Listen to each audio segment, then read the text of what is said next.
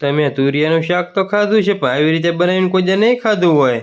સૌથી પહેલાં તુરિયાને સારા પાણીમાં ધોઈ લેવાના છે. પછી ડીટિયા કાપી લેવાના. પછી તેની સાલ ઉતારી લેવાની.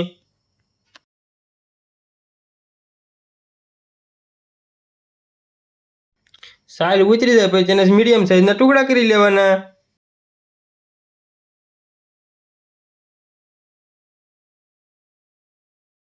પછી એક તપેલામાં તેલ ગરમ કરવા મૂકી દેવાનું. તેલ ગરમ થઈ જાય એટલે એમાં રાઈ, જીરું અને કાપેલા તુરિયા નાખી દેવાના. પછી તેને સરખી રીતે તેલમાં શેડવી લેવાના. પછી તેમાં મીઠું,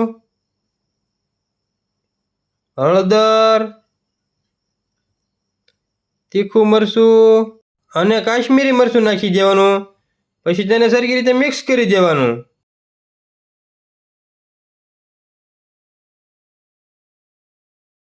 સરખી રીતે મિક્સ થઈ જાય એટલે પાણી નાખીને આંધણને પાકવા દેવાનું. આંધણ પાકી જાય એટલે એમાં સેવ નાખી દેવાની. પછી તેમાં ધાણા જીરું અને કોથમરી નાખી દેવાની. એટલે આપણું તુરિયા અને સેવનું શાક બનીને તૈયાર. જો તમને અમારો વિડીયો સારો લાગ્યો હોય તો લાઈક કરવાનું, શેર કરવાનું અને ફોલો કરવાનું તો ભૂલતા જ નહીં. બાકી તો હસતા રહેજો અને ખુશ રહેજો.